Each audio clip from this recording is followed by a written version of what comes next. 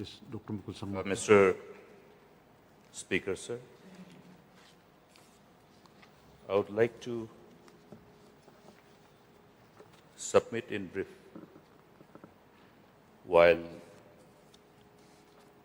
appreciating the endeavor of the government to bring it to this August House, to get the unanimity of the members of this August House towards the direction as reflected in the intent of the proposed resolution.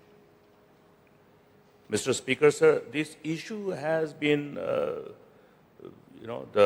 overall proposed uranium mining in the state has been opposed tooth and nail by the people of the state.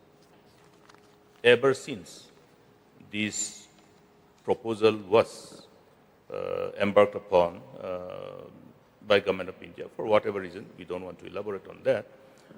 And it has been very difficult to navigate for many of the government because of the pressure that was forthcoming to agree to this proposed mining of uranium. And we have seen many unfortunate incidents of misgiving, mistrust, lack of trust pertaining to this. And it became also a political tool for many political parties also. And many political parties obviously will weaponize anything that is connected with the sentiment of the people. And nevertheless, having said this, I'm also happy. I would like to put on record my sincere thanks to the then Government of India. When our illustrious late Prime Minister Manmohan Singh ji was in office, we took cognizance of the sentiments of the state, the people, and elaborately discussed it a number of times. Because even before I took charge in 2010, the pressure was so much. And being part of the government then, I could see and to be able to withstand.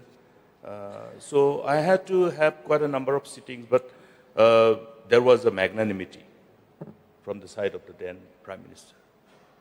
He personally was pursuing this. In fact, number of letters are all on record. How many letters used to come? But then with utmost sense of sincerity, when we articulate the sentiments of the people, keeping in mind various factors, these also have been factored in this resolution.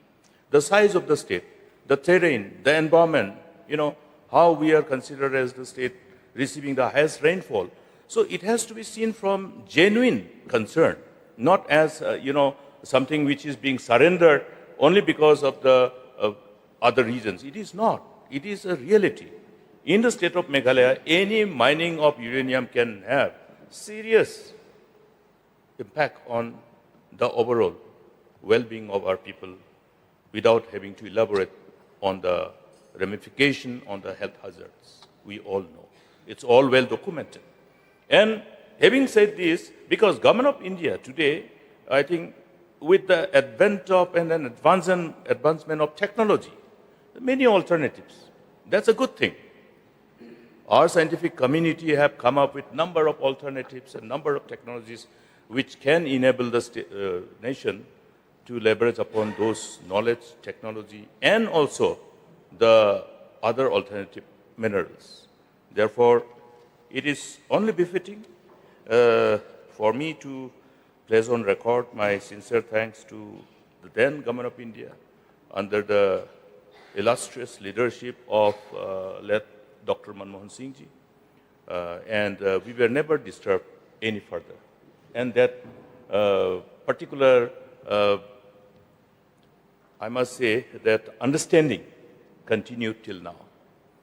And I think this is the right time, given the, considering the given situation at this moment, when there's that understanding, it is only appropriate to arrive at a collective decision, and therefore we would like to, with utmost sense of responsibility, support this resolution tabled by the government.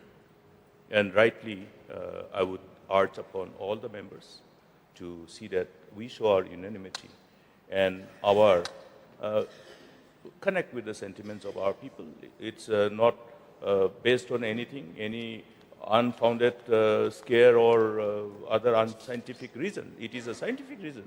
Therefore, I think we hope that the House will be adopting this resolution with unanimity, sending a strong message. And I would like to only put one rider, one very important rider. This rider is, again, based on the rich deposit.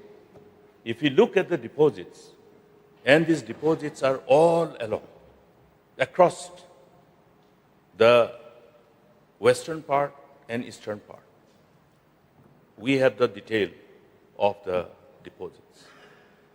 And this crucial information about the deposit is very important for the government to put the people, the community, the landowners in the loop as to how we will utilize the land. Because with all these other mining activities, any area where we have the deposits, if people are not aware, then what can happen, we understand.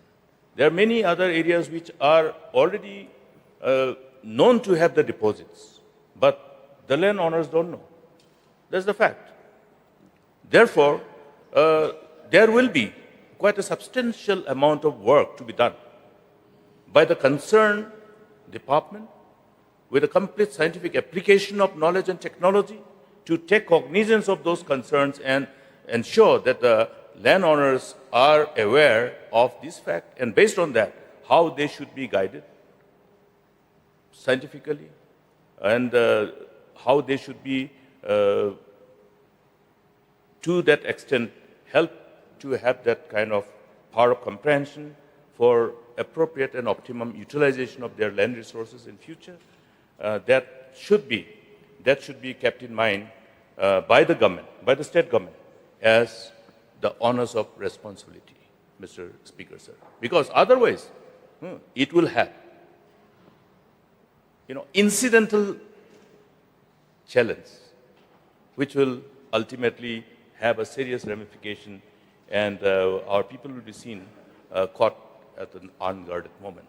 So I think this exhaustive study that should be left to the government.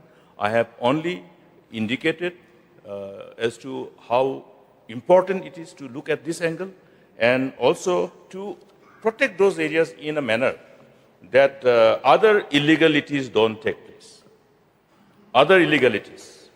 There has been instances where forces who would like to leverage upon these resources through all illegal means have looked at our state. It is on record and it is available as part of the inputs. And it comes as input again and again.